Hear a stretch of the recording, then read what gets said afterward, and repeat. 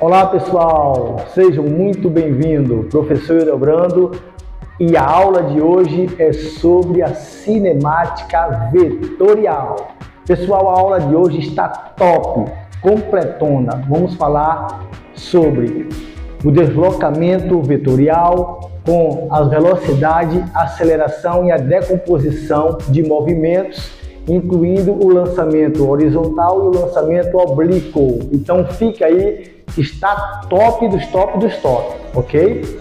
Lembrando que a cinemática vetorial, como qualquer tema que inclua vetores, é sempre um pouquinho complicado, requer a atenção de vocês. E eu vou explicar aqui nos mínimos detalhes para que você entenda e não tenha mais dificuldade com grandezas vetoriais.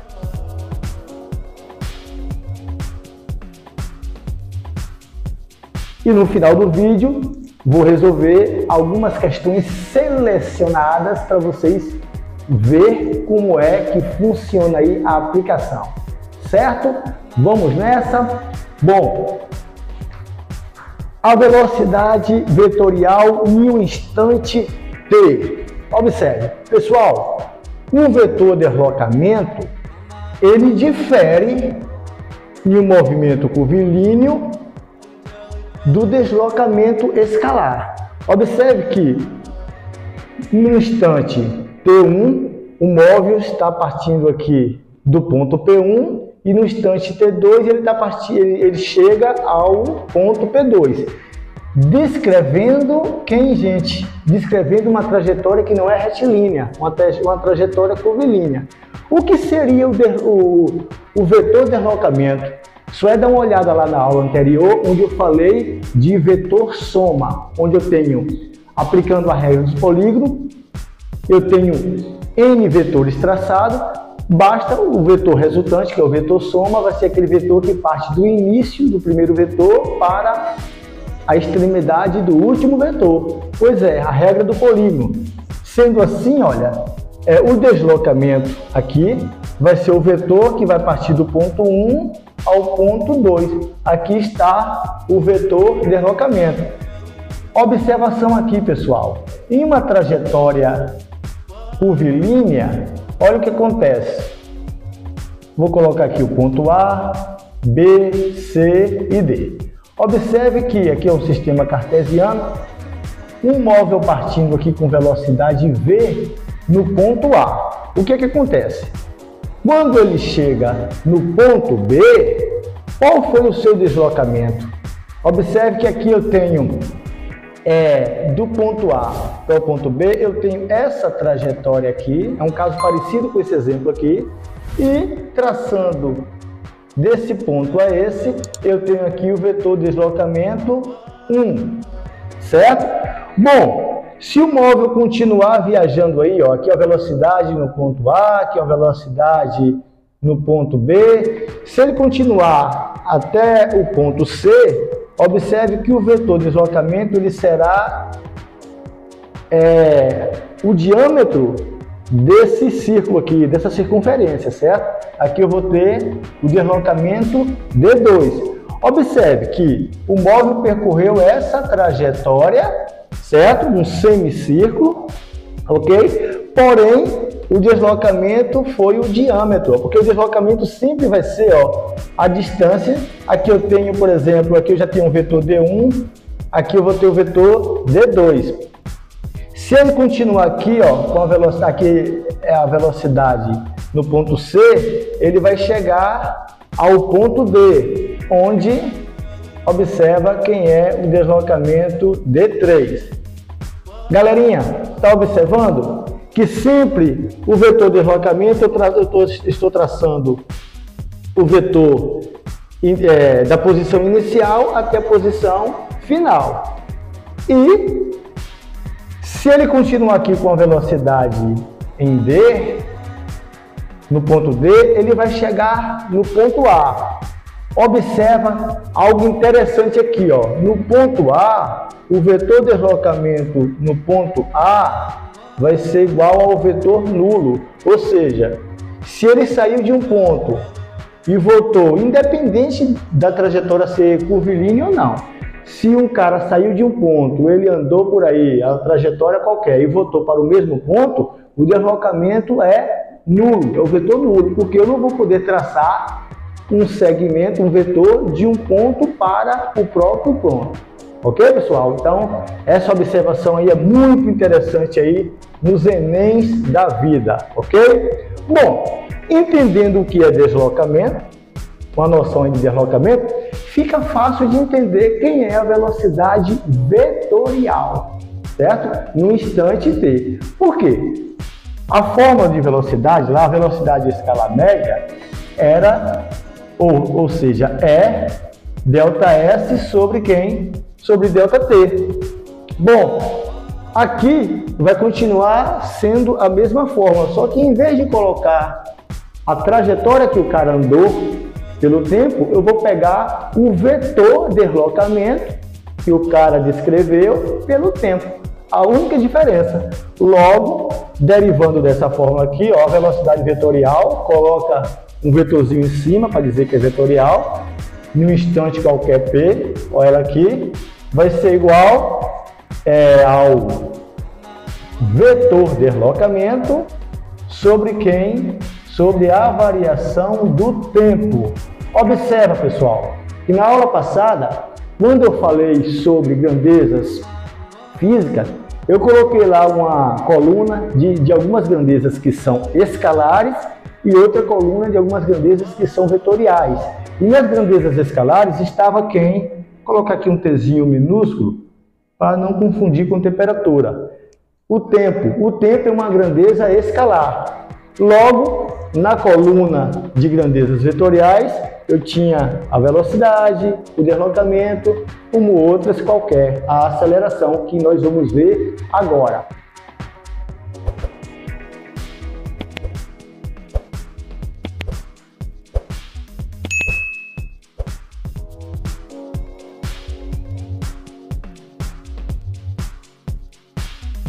Observe, pessoal, a aceleração vetorial no instante t.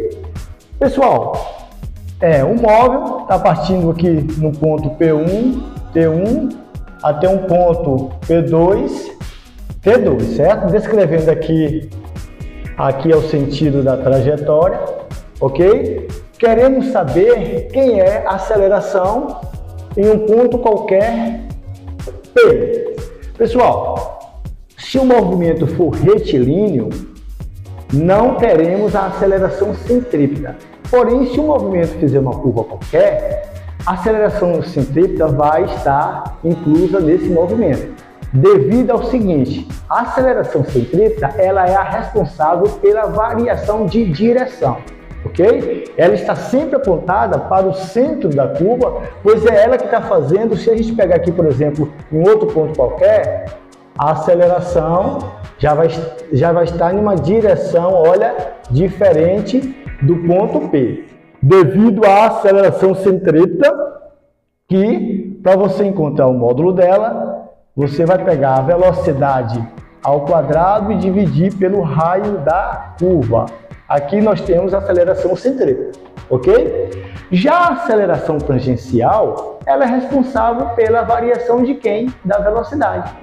Ok? A velocidade que está variando, só que a velocidade vetorial, ok? Porque aqui nós estamos dando um tratamento vetorial, não é aquela aceleração escalar, onde eu pegava o valor da variação da velocidade escalar sobre o tempo. Aqui eu vou pegar o valor da velocidade, a variação da velocidade vetorial sobre o tempo. A aceleração tangencial vai ser a velocidade vetorial sobre um instante t, ok? Pessoal, observe que aqui, ó, eu tenho um vetor aqui, aceleração centrípeta no ponto P e aceleração tangencial no ponto P, certo? Vou pegar esse vetor aqui, ó, aceleração tangencial, vou coincidir aqui com o início da aceleração centrípeta para traçar aqui a aceleração resultante. Logo, a aceleração resultante vai ser a soma da tangencial mais quem, pessoal? Mais a centrípeta, ok? Pessoal, isto é cinemática vetorial, utilizando da ferramenta vetor na grandeza vetorial, velocidade e aceleração, ok? Agora, eu vou apagar aqui o quadro e vou fazer algumas decomposições de movimento. No movimento cartesiano R2, onde nós temos dois vetores no plano, podemos fazer o seguinte, a decomposição desses movimentos no eixo das abscissas e no eixo da ordenada. Olha que no sistema cartesiano aqui, um vetor V qualquer, coloquei aqui no primeiro quadrante para exemplificar, certo? Sempre vai ter uma componente. Se você colocar aqui uma lanterna sobre esse vetor, a sombra que fizer aqui paralela ao eixo Y, a lanterna, a sombra que fizer aqui no eixo X vai ser a componente horizontal. Se você pegar uma lanterna e colocar aqui paralela ao eixo Y, a sombra desse vetor projetada no eixo Y vai ser a componente vertical. Se esse vetor faz um ângulo θ com o eixo da abscissa, a decomposição desses vetores, ou seja, eu vou encontrar cada uma dessas componentes em função do próprio vetor e o ângulo θ, o ângulo que o vetor forma com o sistema cartesiano. Logo, aplicando aqui, ó, aqui é um triângulozinho retângulo, onde o cosseno de um ângulo no triângulo retângulo vai ser o cateto adjacente, que nesse caso aqui é o Vx, sobre a hipotenusa do triângulo que é V. Meio pelos extremos, essa componente Vx vai ser igual ao vetor V vezes o cosseno de quem, pessoal? O cosseno de θ, ok? Já utilizando o seno de um ângulo, no triângulo retângulo vai ser o cateto oposto. Observe que esse cateto oposto aqui, galerinha, é quem? É o vetor, ou seja, a componente Y, sobre a hipotenusa V. Utilizando aqui também meio pelos extremos, a componente VY vai ser o vetor V vezes quem? Vezes o seno do ângulo. Olha as observações. Observe. Se θ for igual a 90 graus, o seno de 90 é 1 e o cosseno de 90 é quem? É 0. Sendo assim, observe que se o ângulo for de 90 graus, observe aqui, VY vai ser igual, a componente VY vai ser igual ao próprio vetor V, ok? Mas, lógico que o componente Vx vai ser igual a quem? A 0, porque o cosseno de 90 é 0. Se você substituir 0 aqui, o Vx vai ser igual a 0. Mas se o seno do ângulo for igual a 0 graus, ou seja, o vetor estiver sobre o eixo das abscissas, o que é que acontece aqui? Observe que o seno de 0 é 0 e o cosseno de 0 é 1. Desta forma, o que é que acontece aqui, pessoal? Desta forma aqui, o Vx, a componente Vx, vai ser igual ao próprio vetor V. E a componente Y vai ser quem? Vai ser nula.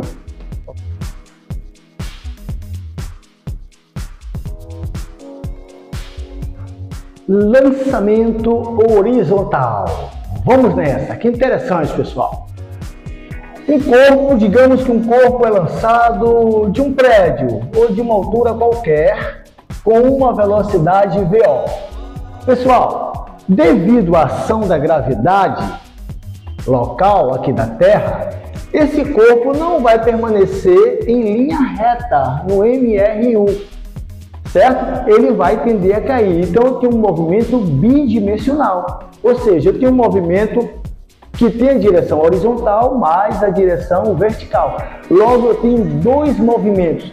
Qual é o pulo do gato aqui nesse tipo de movimento? É o aluno entender, é você entender que o movimento na horizontal ele é uniforme, ou seja, o movimento na direção de X não vai variar a velocidade. Logo, o movimento na vertical é um movimento retilíneo uniformemente variado, onde o móvel vai partir do zero, o corpo que é lançado vai partir do zero e vai o quê? Ganhando velocidade, devido à existência de uma aceleração na direção vertical, que é a aceleração da gravidade, certo? Sendo assim, pessoal, eu descrevi aqui esse eixo aqui, ó, cartesiano. Digamos aqui que a gente tem aqui o eixo X e Y, e um corpo foi lançado de um ponto P aqui em cima de um prédio. Bom, como o movimento na horizontal ele é constante, a fórmula da horizontal vai ser essa aqui, ó, certo? Onde esse X aqui, ó, nós vamos chamar de alcance, certo? Foi o alcance onde o móvel atingiu o chão. Só trocando aqui a letra, fica A igual a VO vezes quem? Vezes T. Essa fórmula aqui, ela saiu da fórmula do movimento uniforme do MU. A fórmula S igual a SO mais VT. Esse SO, como nós estamos tomando aqui como ponto de partida sendo igual a zero, esse S eu chamei de X, e aqui a velocidade inicial vezes quem? O tempo. A formulazinha aqui de alcance. É a única fórmula. Já no movimento vertical, que é um movimento retilíneo uniformemente variado, nós vamos utilizar das equações do movimento uniformemente variado, que são aquelas três. Duas funções horárias mais a função de quem? De Torricelli. Vamos ver? Por exemplo, essa aqui, ó, é aquela função horária S igual a SO mais VOT mais AT ao quadrado sobre 2. Lembra? Sendo assim, ó, ela se transformou nessa equação simples aqui, onde esse Y, vamos chamar de H, de altura, certo? Vai ser igual a GT ao quadrado sobre 2. Aí, Delbrando, e cadê os outros termos? Observe que as condições iniciais aqui, ó, deixa eu colocar aqui, S igual a SO mais VOT mais AT ao quadrado sobre 2. Observe que SO é zero, porque nós estamos afirmando que o ponto está partindo aqui da origem, onde tanto para X quanto para Y, para a direção Y, as condições iniciais de partida é igual a zero.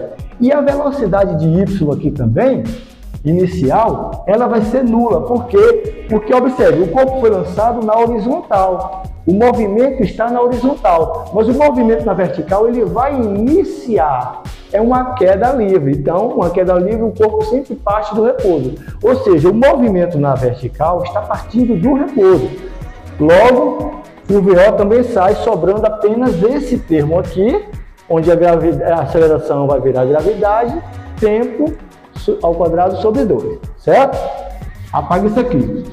Bom, essa outra função aqui é a função V igual a VO mais AT. Essa função é a função lá também, a segunda função horária do movimento uniformemente variado, certo? Chamei aqui de VY, devido a ser um movimento vertical na direção de Y. Observe que VO eu já afirmei aí que é zero, a aceleração da gravidade. Logo, essa formulazinha aqui vai ser útil e muito interessante aí na resolução de vários problemas, certo? E por fim, olha, Torricelli. Essa função aqui é Torricelli. V ao quadrado igual a V ao quadrado mais 2A delta S, onde VO também é zero. Ela é comum você ver aí da seguinte forma, ó, VY ao quadrado igual a 2G, onde a aceleração é G, e esse Y normalmente é chamado de H de altura, ok? Logo aqui nós temos as 4 formulazinhas aí do lançamento horizontal. Para fecharmos, vamos ver agora o lançamento oblíquo.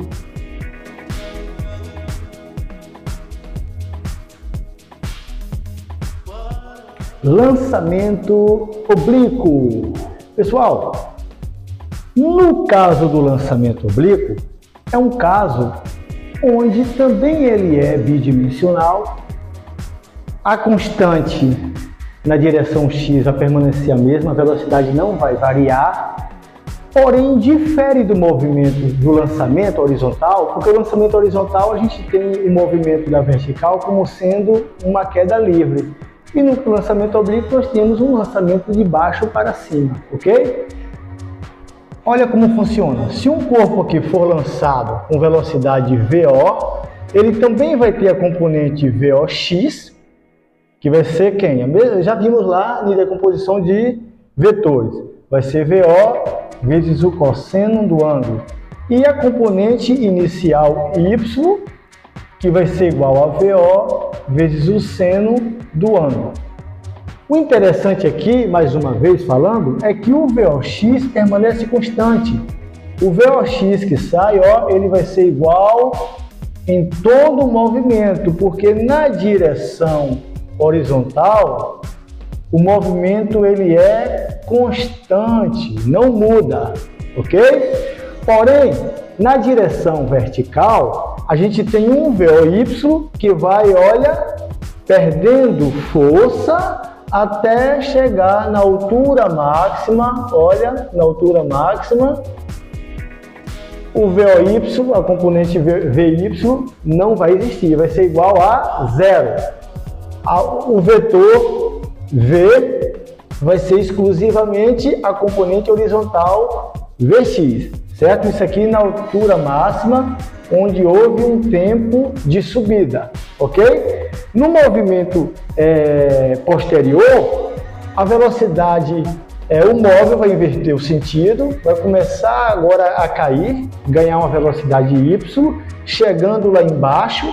Posso afirmar que lá embaixo, esse VY em módulo é igual ao VOY. Isto afirmando que as condições são ideais, ou seja, não tem a força dissipativa como a força de resistência do ar, certo? Bom, uma outra coisa também, utilizando essas condições iniciais, ideais, o tempo total de permanência do ar vai ser 2 vezes o tempo de subida, ou seja, o tempo que ele levou para desacelerar e chegar a zero vai ser o tempo que ele começou a acelerar e chegar à mesma velocidade inicial. Isto em um local, pessoal, onde a gravidade é G, ok? Bom, falando das equações, que é úteis aí para vocês resolverem as questões posteriores aí de Enem, da prova de vocês aí, do colégio de vocês, olha o que acontece. Mais uma vez, a equação na horizontal é esta aqui, a equação do alcance, onde o x é o alcance, vai ser igual ao VOX vezes o tempo. Pessoal, esse tempo aqui, observe, é o tempo total, é 2 vezes o tempo de subida, ok? Lembre-se que aqui trata-se de alcance, olha, alcance horizontal, ok? Bom, para você calcular agora qualquer movimento na vertical, como altura máxima, enfim, você vai utilizar as equações do movimento uniformemente variado, certo? Sendo que sempre é bom saber que o y é a altura, que está na vertical. E aqui continua sendo o VOY t menos gt ao quadrado sobre 2. Negativo, com cavidade voltada para baixo. Vimos isso aí no vídeo de movimento retilíneo uniformemente variado, utilizando a expressão de espaço-tempo, ok? Temos também a equação de Torricelli, utilizando a gravidade negativa. E uma outra forma que podemos utilizar aqui para o alcance é que o alcance é igual a VO ao quadrado vezes o seno de 2 vezes o ângulo de lançamento sobre quem? Sobre a gravidade, certo? É bom, o aluno, você ter essa forma aí anotada na cabeça, porque algumas questões vai fornecer apenas a velocidade inicial de lançamento e o ângulo de lançamento, certo? Bom, sendo assim, pessoal, podemos aqui ter um alcance máximo. Lembre-se que o seno de 90 graus é igual a 1, que é o valor máximo. Desta forma, se 2θ for igual a 90 graus, θ vai ser igual a quem? A 45 graus. Ou seja, para uma mesma velocidade de lançamento e na mesma gravidade, se um móvel, um corpo, um objeto qualquer for lançado sob um ângulo de 45 graus, o que é que vai acontecer? O alcance será máximo, certo? Falando da gravidade, o alcance é inversamente proporcional à gravidade. Logo, se você fizer esse experimento aqui na Terra, e, por exemplo, em um planeta que tem uma gravidade maior do que a Terra, posteriormente o alcance lá vai ser menor, porque o alcance é inversamente proporcional à gravidade. Pessoal, estamos finalizando aqui uma bateria de conteúdos muito interessante para você empacotar aí no seu celular e estar estudando a todo momento.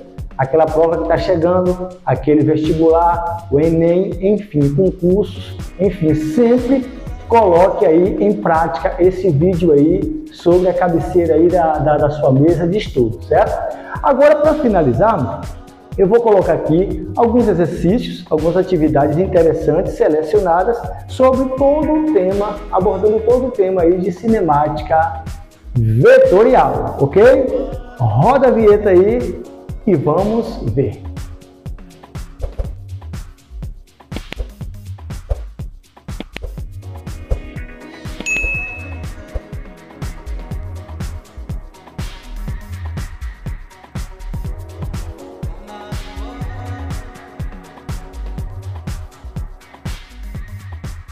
Observe que o carteiro ele percorreu quarteirões de 10 metros, segundo a figura, ou seja, ele percorreu aqui, digamos aqui, traçando aqui nós temos 3 vetores, certo? Um vetor de 10, outro vetor, e mais 2 vetores de 20.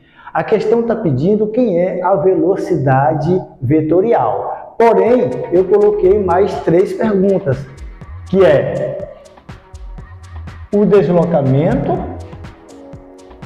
a velocidade média, o deslocamento vetorial, além da velocidade vetorial. Para isso, eu vou fornecer que o carteiro gastou 40 segundos para fazer todo o percurso.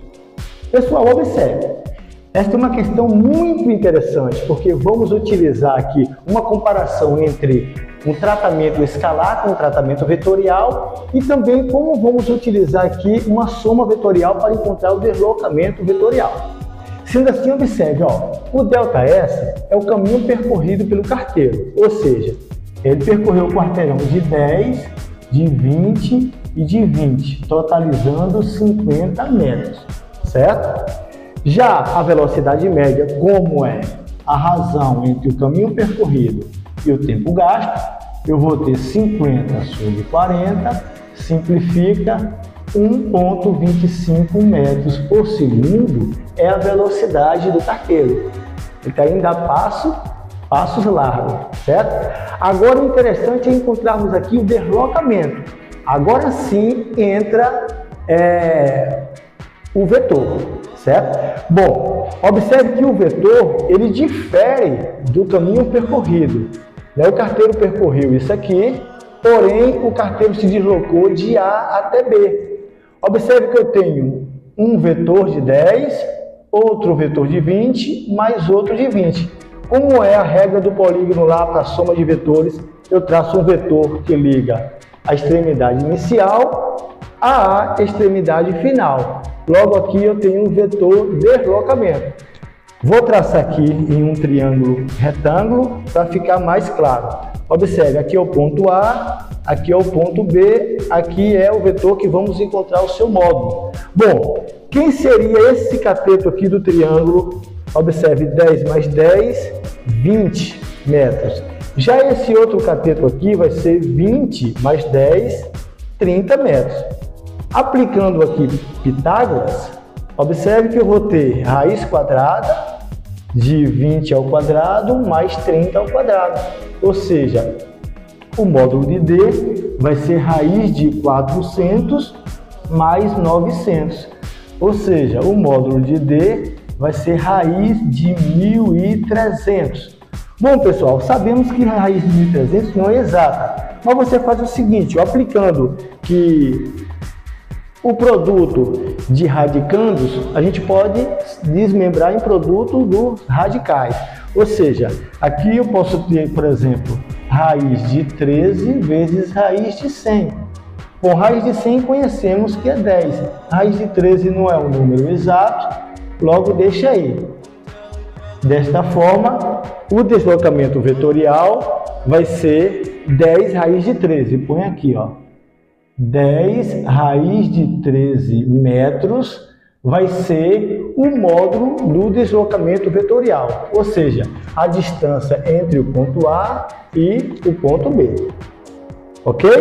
Bom, para encontrarmos agora a velocidade, a fórmula da velocidade é ΔS sobre ΔT, porém a velocidade vetorial vai ser ΔS, ou seja, o deslocamento vetorial sobre o tempo.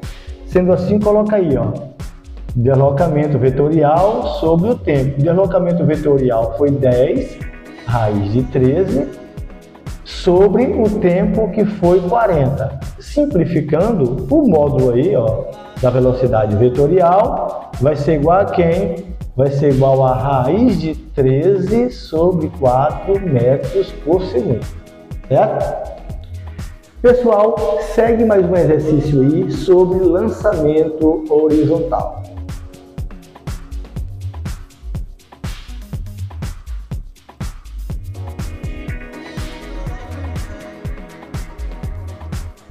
Vocês viram aí na questão que um objeto é lançado horizontalmente sobre um alto de um prédio de 125 metros e atingiu a calçada lá, um alcance de 10 metros, ok? A pergunta é a seguinte, qual foi a velocidade de lançamento?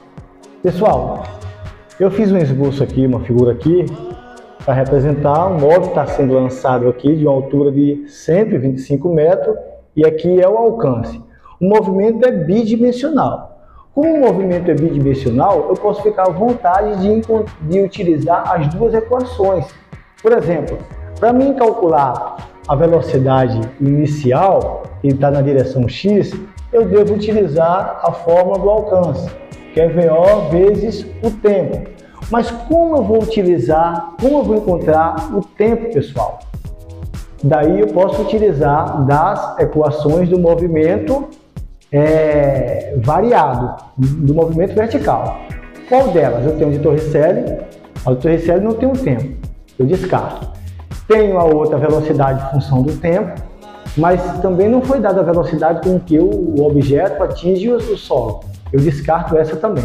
Logo eu vou pegar a equação espaço versus tempo, porque essa eu tenho um espaço vertical que foi a altura do prédio, certo? É muito simples encontrar. Logo eu tenho aqui a altura, vai ser igual a gt ao quadrado sobre 2. Foi fornecido também que a gravidade aí local é de 10 metros por segundo ao quadrado. Logo, a altura foi 125 igual a 10 tempo ao quadrado sobre 2. Logo, 125 vai ser igual a 10 sobre 2, 5t ao quadrado. O 5 passa dividindo, igual a t ao quadrado. Logo, quem é t ao quadrado, pessoal? 125 por 5 é igual a 25. Sendo assim, o tempo vai ser raiz quadrada de 25. Logo, o tempo vai ser igual a 5 segundos. Ou seja, se um objeto for lançado dessa altura aqui, independente da massa, pessoal, o tempo de queda não depende da massa. Galileu fez esse experimento N vezes lá na Torre de Pisa, lá na Itália, no século 17, e constatou que, independente da massa, se você pegar uma folha de papel, algodão ou uma pedra e soltar no vácuo, certo? Ambas vão gastar o mesmo tempo, ok? Bom, desta forma aqui, ó, vou substituir aqui para encontrar a VO, porque o alcance foi 10 vai ser igual a VO, eu quero encontrar, vezes o tempo, que é 5. Logo, VO vai ser 10 dividido por 5. VO vai ser igual a 2 metros por segundo. Quer dizer, se você lançar com 2 metros por segundo um objeto horizontalmente sobre uma sacada de um prédio de 125 metros, ele vai atingir um alcance de 10 metros, ok? Eu espero que tenha entendido. Se não entendeu, volta o vídeo aí e vê mais uma vez. Vamos ver mais um exemplo agora de lançamento oblíquo.